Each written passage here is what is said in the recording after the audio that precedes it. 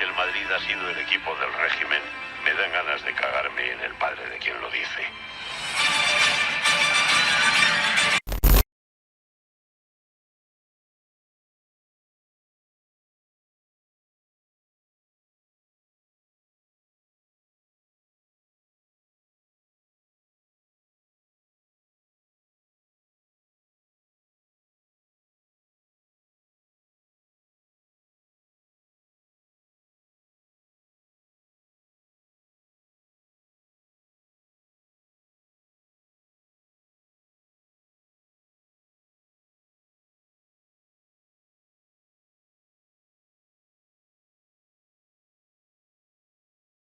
Y me preguntó que de qué equipo era. Yo me manifesté como hombre, por supuesto, del Madrid. Y me preguntó que de qué jugador y que dije de Di Stéfano. Llega la final de la Copa del Generalísimo y en el descanso yo estaba en el antepalco hablando con Saporta. Y Saporta va y me dice, oye Miguel, que Franco te está llamando. Me acerco a él y, excelencia, me dice, vi la entrevista que le hizo usted a mi nieto. Y me dijo, abrevio, ya sabe usted que se dice que el Real Madrid es un equipo privilegiado porque es el equipo del gobierno. Y con esa entrevista de mi nieto casi se constata que eso puede ser verdad. Hay que llevar cuidado con esas cosas, Miguel.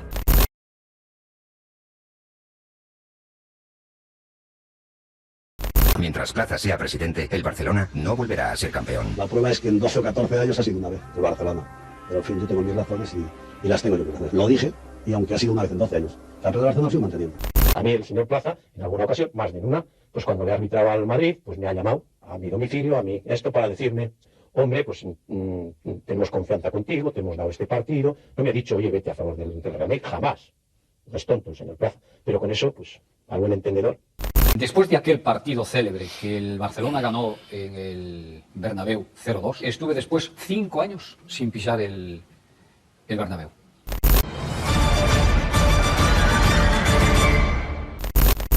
Y bueno, saliéndonos un poco de la dinámica panfletaria que lleva al tema, lo cierto es que a Franco en un principio no le importaba demasiado el fútbol, y jugadores republicanos tanto del Barça como del Madrid fueron represaliados por el franquismo, así como presidentes republicanos de ambos clubes fueron fusilados, Josep Sunyol del Barcelona y Antonio Ortega del Madrid. Pero volviendo a Franco, el dictador rápidamente se dio cuenta de que el fútbol en general y el Real Madrid en particular le podían ser herramientas potentísimas. ¿Con qué objetivo? Bueno, como bien sabemos, el levantamiento franquista contra la República democráticamente electa recibió el apoyo de la Italia fascista y la Alemania nazi. Y una vez terminada la Segunda Guerra Mundial, con estas dos potencias ya derrotadas, la España franquista quedó aislada, pobre, devastada y con una muy mala reputación internacional. Entonces el régimen franquista vio en el fútbol una doble solución. Por una parte como distracción y opio del pueblo, lo de siempre, y por otro lado para lavar la cara internacionalmente a su régimen del terror.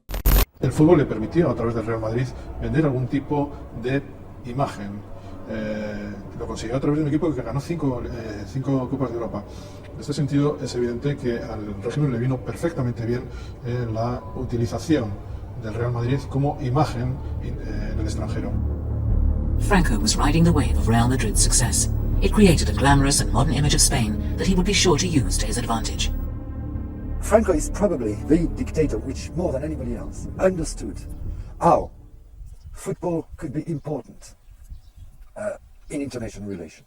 Through Real Madrid and through the creation of the European Cup, the Spanish state is reintegrated into the world. Y claro, no podía ser que el Barça, habiendo sido Cataluña un feudo republicano, anarquista y antifascista como había sido, desempeñara ese papel de ser la imagen del régimen hacia el exterior. Se necesitaba a otro club, y para esa operación de blanqueo, claro, el Real Madrid les vino como anillo al dedo. Eso sí, parece que no fue una operación premeditada y pensada desde un inicio, sino que más bien fue algo con lo que Franco se fue encontrando, algo que fue descubriendo con los años. De ahí que los primeros años el Madrid no destacara especialmente. Y es a partir de cierto momento cuando el régimen franquista se da cuenta del potencial del fútbol y del Real Madrid. Like Mussolini and Hitler, Franco initially had little interest in football, but he quickly realized that football could help him consolidate his control over Spain. He adopted the capital's major football club, Real Madrid, as the symbolic embodiment of his fascist dictatorship.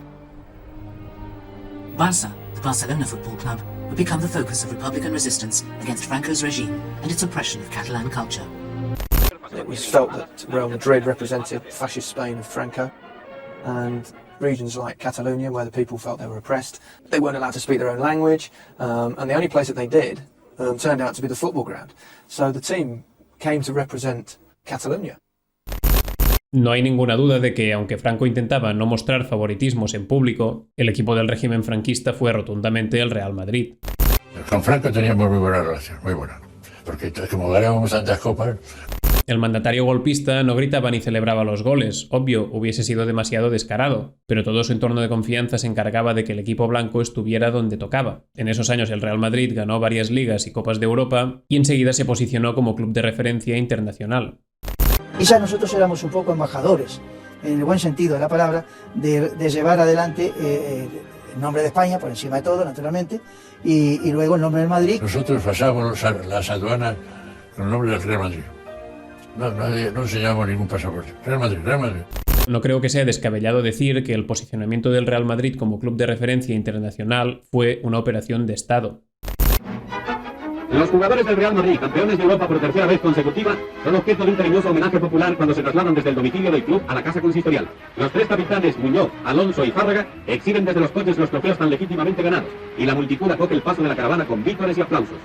Por lo que respecta al Barça, también ganó títulos, claro, era un muy buen equipo, aunque no sin trabas como el fichaje truncado de Alfredo Di Stéfano y arbitrajes muy cuestionables. Hay fotos de jugadores del Barça haciendo el saludo fascista, obvio, eran protocolos que eran de obligado cumplimiento. ¿Había aficionados del Barça franquistas? Pues por desgracia claro que los había. Un régimen franquista en lo más alto de las estructuras de Estado pues da sus resultados, ya sea por convencimiento real o por miedo a acabar en el paredón. Se dio la medalla de oro y brillantes a Franco, se le hizo socio de honor. Las consecuencias de no hacerle la rosca ya había quedado muy claro cuáles eran. Pero lo cierto es que, a pesar de todo, el Barcelona durante esos años pasó a significar muchísimo para la sociedad catalana, ya que era uno de los pocos reductos, si no el único, donde se podía expresar muy tímidamente y siempre con el miedo a flor de piel algo de cultura y de habla catalana, que estaba totalmente prohibida y perseguida por el régimen franquista. De alguna forma el Barça era lo único que Franco había dejado a los catalanes. No queda claro si por miedo a lo que podía pasar si también acababa con el club blaugrana, o si fue una astuta concesión para dar distracción futbolera al pueblo y consolidar así su régimen. Probablemente algo de ambas. Eso sí, el rechazo rotundo del barcelonismo al régimen de Franco quedó muy claro a la muerte de este, así como quedó claro que el Barça y el Camp Nou se entendían, y se entienden todavía hoy, como un espacio de expresión y reivindicación política por parte de la sociedad catalana.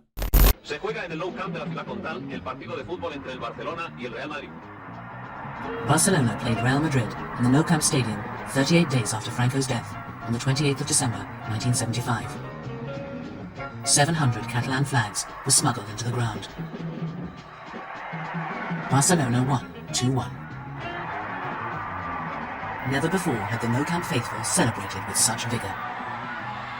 Y lo que hace el vídeo que ha publicado en Twitter el Real Madrid de meter imágenes de la inauguración del Camp Nou, lo veo como tremendamente tosco y manipulativo, porque obviamente en el franquismo las inauguraciones importantes eran presididas por las personas que estaban en el poder en ese momento, y obviamente quienes habían ocupado esas posiciones de poder vía violento golpe de Estado eran los franquistas. Así que no sé muy bien qué pretenden demostrar con esas imágenes. Igual pretenden demostrar que había una dictadura franquista en España, no sé.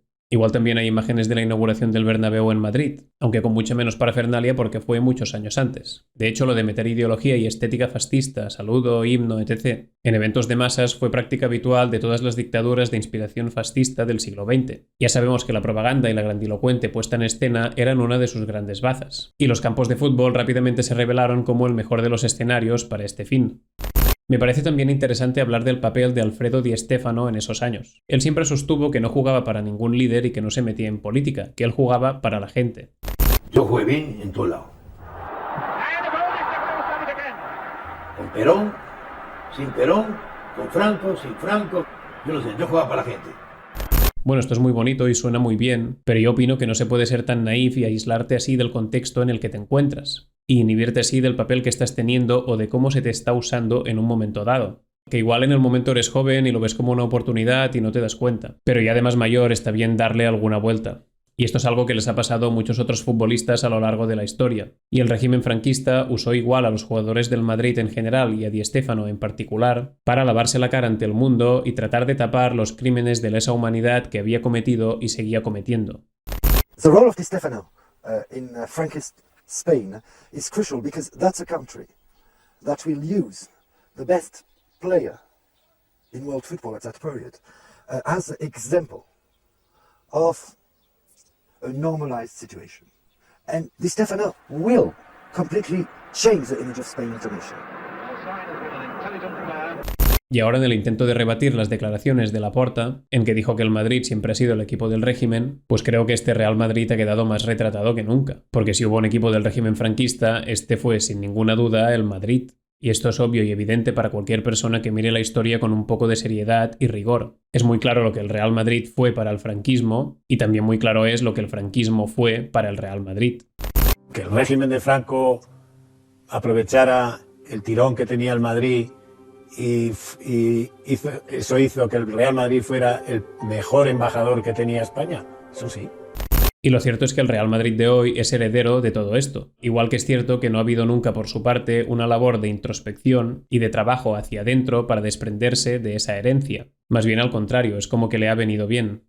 Que por cierto también es de tener unas narices y una jeta descomunales que el Real Madrid publique esto cuando su presidente, el Tito Floren, tiene excelentes relaciones con la monarquía puesta a dedo por esa dictadura franquista y se desenvuelve extremadamente bien entre las estructuras de poder herederas de ese franquismo y entre la oligarquía empresarial también emergida de él. Ahora que si el Real Madrid se quiere posicionar ahora como un club rotundamente antifranquista y antifascista, en un plot twist que seguro dejaría en fuera de juego a muchos de sus aficionados, pues bienvenido sea, solo faltaría. Que haga un comunicado oficial y un posicionamiento claro en esa dirección como club y aquí aplaudiremos todos. Que bueno, debería ser lo lógico y lo mínimo de todo club, pero tal y como está el patio, pues ya sería una gran cosa. Y ya que se ponen, tampoco estaría mal que dejara de decirse Real Madrid, teniendo en cuenta que la monarquía en este país sigue existiendo por voluntad de ese dictador o golpista.